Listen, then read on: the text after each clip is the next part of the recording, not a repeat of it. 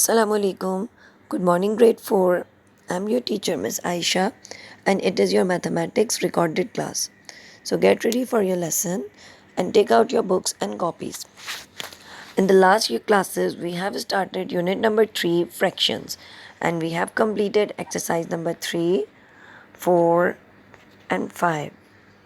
Today, I'm going to start exercise number 6 of this chapter. So open your books and see page number 39. Page number 39 पे आपको exercise number 6 given है। आज हम exercise number 6 और exercise number 7 करने जा रहे हैं इस चैप्टर की, और उसके बाद आपका ये चैप्टर कंप्लीट हो जाएगा। हमने एक्सरसाइज 1 till 7 ही फर्स्ट चेक पॉइंट में फ्रैक्शंस की करनी है। Okay, so see page number 39 and exercise number 6। Question आपको गिवन है, check if the following fractions are equivalent और नॉट इक्विवेलेंट।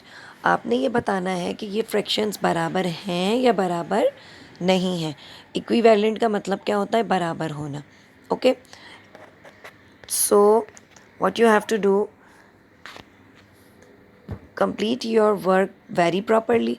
आप लोग जिस तरीके से अपनी कॉपीज़ पे वर्क करते थे, आपने बिल्कुल वैसे ही करना है। Must complete your index first. सबसे पहले इंडेक्स लिखिए, आज की डेट मेंशन करेंगे, HW लिखेंगे, and must mention the name of exercise and page में नंबर। जिस तरीके से ये सारा वर्क हम क्लास में करते थे, एज इट इज़ आपने अपनी कॉपी पे करना है। Then you have to write the question from your book. Book पे पेज नंबर 39 पर एक्सरसाइज 6 का क्वेश्चन गिवन है। आपने सबसे पहले क्वेश्चन लिखना है कि check if the following fractions are equivalent और नॉट। आपके पास दो फ्रैक्शंस गिवन है, आपने ये चेक करना है कि ये दोनों बराबर हैं या बराबर नहीं हैं। सी क्वेश्चन नंबर 1, 4/8 एंड 1/2। ठीक है, अब हमने क्या करना होता है, अगर हम पहले वाले फ्रैक्शन को दूसरे वाले के बराबर शो कर दें तो इसका मतलब क्या होगा कि ये दोनों इक्विवेलेंट हैं। ओके, अब उसके लिए हमने क्या करना है, सबसे पहले हमने लिखा 4/8। अब 4/8 को दोनों को अगर मैं 4 से डिवाइड करती हूँ, 4 1 ज़ा 4, 4 2 ज़ा 8, 4 का टेबल मैंने पढ़ा, इसको डिवाइड कर दिया। डिवाइड किस फॉर्म में किया, ऊपर मैंने काट के लिख दिया 4 1 ज़ा 4, 4 2 ज़ा 8। आंसर आपके पास क्या आ गया? Answer becomes 1/2। अब आपके पास दूसरा फ्रैक्शन 1/2 ही गिवन है, तो मुझे क्या पता लगा कि 4/8 1/2 के बराबर आ सकता है। So I write here 4/8 and 1/2 are equivalent. Is that clear students? अगर आप पहले फ्रैक्शन को दूसरे कटिंग करने के बाद, डिवाइड करने के बाद दूसरे के बराबर शो कर दें तो इसका मतलब ये होता है कि ये इक्विवेलेंट है। See question number B. अब क्वेश्चन नंबर बी में देखिए, 10/20 एंड 1/3। आपको दो फ्रैक्शंस गिवन है, 10/20 और 1/3।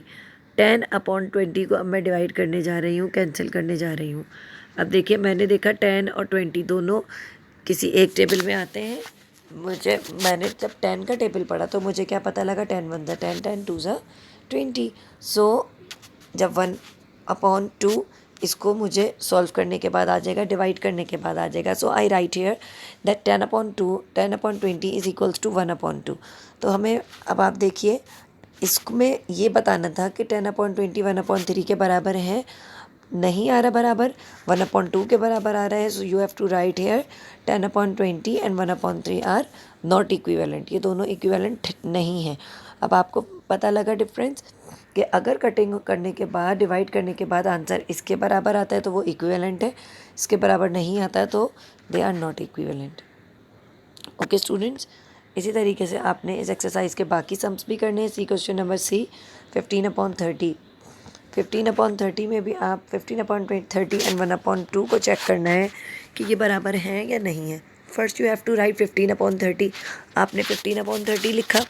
अब आपको ये पता लगा कि 15 का टेबल अगर मैं पढ़ूँ, 15 1 ज़ा 15, 15 2 ज़ा 30, ये भी मेरे पास आ सकता है। तो मैंने क्या लिख दिया कि 15/30 बराबर है 1/2 के, और हमने यही चेक करना था। हमें ये पता लग गया ये दोनों बराबर है। So I write here 15/30 and 1/2 are equivalent. ये दोनों कैसे हैं? इक्विवेलेंट है।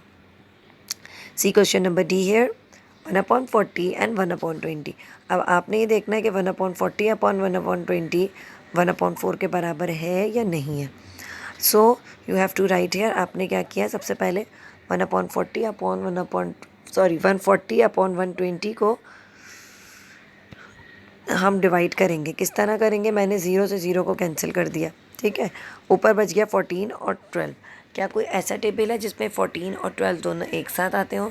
तो मैंने देखा कि अगर मैं 2 का टेबल पढ़ूंगी तो 2 7 ज़ा 14, 2 6 ज़ा 12 हो जाएगा। तो इन दोनों को डिवाइड करने के बाद आंसर क्या आ गया, 7/6। अब 7/6 1/4 बराबर नहीं है। आपको ये देखना था कि ये 140/120 1/4 के बराबर है या नहीं है। बराबर नहीं आया, क्यों? क्योंकि आंसर 7/6 आया। So I write here 140/120 and 1/4 are not equivalent. Okay students, इस तरीके से आपने एक्सरसाइज 6 में कंप्लीट करना है कि आपके पास 2 फ्रैक्शंस गिवन होंगे। आपने किसी एक को, फर्स्ट वाले बड़े वाले को डिवाइड करके चेक करना है कि वो दूसरे वाले के बराबर आ रहा है और या नहीं आ रहा। अगर वो पूरा सिंप्लीफाई करने के बाद, जैसे कि ये मैंने पूरा सिंप्लीफाई कर दिया था, पूरा सिंप्लीफाई करने के बाद सेकंड वाले के बराबर नहीं आता, so I write here that they are not equivalent. Okay, see the next exercise, open page number 40। Page number 40 पर देखिए, आप लोगों के पास ये क्वेश्चन ये गिवन है, एक्सरसाइज नंबर 7। यहाँ से देखकर आप लोग अपना क्वेश्चन लिखेंगे। Reduce the following fractions into their lowest form. आपके पास फ्रैक्शंस गिवन है, इनको अपने लोएस्ट फॉर्म तक सॉल्व करना है। So what you have to do, must mention date, day, HW and write the exercise number. Then write the question. Reduce the following fractions into their lowest form. In fractions को lowest form तक reduce करें, मतलब जब तक ये cancel होता है सबसे छोटी फॉर्म तक इसको ख़त्म करना है, आपने कैंसिल करना है।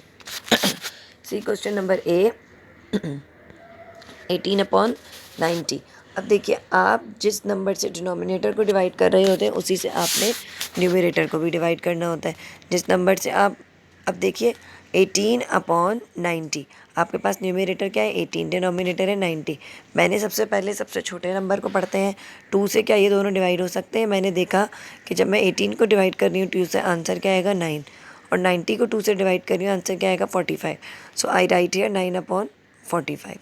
ओके, अब 9/45 को अगेन हमने डिवाइड करना है तक इसको इसकी लोएस्ट फॉर्म तक लाने के लिए। तो अब बताएं, 2 के टेबल में 9 नहीं आता है, 2 के टेबल में 49 भी नहीं आता। अब 2 के बाद नेक्स्ट टेबल कौन सा पढ़ते हैं? 3 का। तो मैंने 3 का टेबल चेक किया। जब मैंने 3 का टेबल चेक किया तो आई सी हेयर दैट 3 3 ज़ा 9 और 45 भी 3 से कैंसिल हो सकता है, तो मैंने इसको लिख दिया डिवाइडेड बाई 3। अब 3 1 ज़ा 3, 3 2 ज़ा 6, 3 3 ज़ा 9, 9 की जगह 3 आ गया। नाउ सी हेयर 45 को हम किस तरह डिवाइड करेंगे? 4 3 के टेबल में नहीं आता, बट उससे छोटा क्या आता है? 3। कब आता है? 1 ज़ा, तो मैंने लिख दिया 3 1 ज़ा 3, 1 इधर कैरी आ गया, 3 5 ज़ा 15। और इन सिंपल वर्ड्स, जब हम 45 को डिवाइड करेंगे 3 से तो आपके पास क्या आएगा? आपके पास क्या आएगा? 15 आएगा। ओके स्टूडेंट्स, तो मैंने यहाँ पर लिख दिया 3/15। अभी भी मैंने देखा कि ये मज़ीद कैंसिल हो सकता है, 3/15 भी अपनी लोएस्ट फॉर्म तक जा सकता है। कैसे जा सकता है? 3 के टेबल में ये दोनों आते हैं।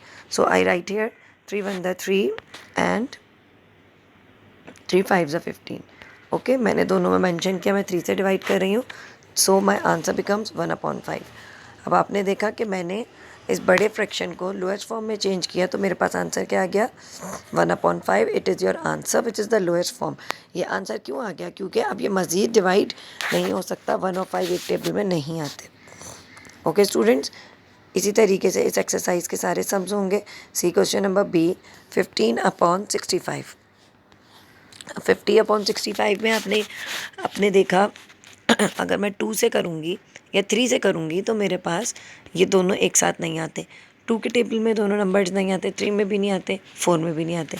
So I comes to 5। मैंने देखा कि 5 के टेबल में 50 भी आते हैं, 65 भी आते हैं। So I write here 50 divided by 5 and 65 divided by 5।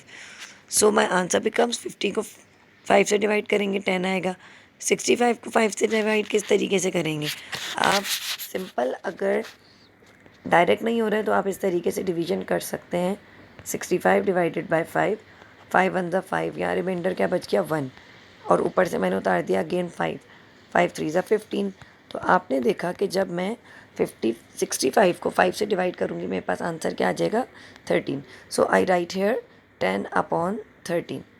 Okay students, 65 को 15 से डिवाइड किया, आंसर 13 आ गया. सो 50/65 की लोएस्ट फॉर्म क्या आ गई 10/13. Okay students, now see question number C. Question number C देखिए आप, इसमें आपके पास क्वेश्चन गिवन है 12/54. अब मैंने ये देखा कि 12 और 54 दोनों 2 से डिवाइड हो सकते हैं. So I write here 12 divided by 2 upon 54 divided by 2. जब हम इसको डिवाइड करेंगे तो आपके पास क्या आएगा 2 6 12. आपने लिख दिया 2 6 12. 2 के टेबल में 54 कब आता है. अब इसको निकालने का मेथड भी मैं आपको बता देती हूँ.